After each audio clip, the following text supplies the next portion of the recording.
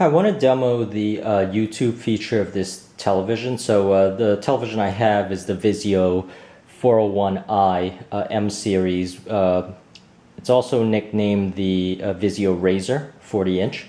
So I'm going to go into the apps and I'm going to bring up YouTube. And this television has a reputation that its Wi-Fi receiver is actually a little bit jittery, and I do find that to be the case. Now, if I go to YouTube and I just run a video that's 1080p, it seems to work fine. But the problem is when I do the YouTube pairing. So YouTube has this feature where I could actually navigate YouTube using a phone or one of my tablets, and actually have the video show up on the TV, and it's called YouTube pairing.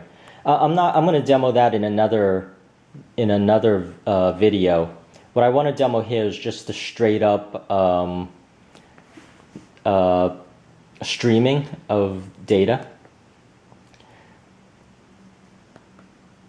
So I'm going to bring up a video I know is 1080p, which is the Disney Frozen music video here, Let It Go.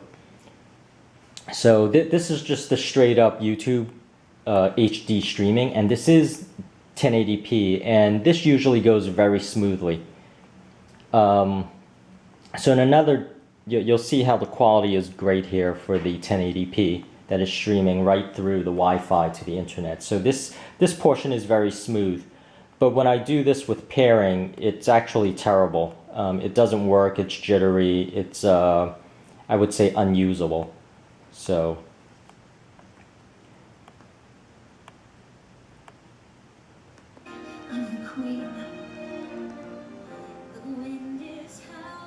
I'm just going to let it play, and you could see the quality.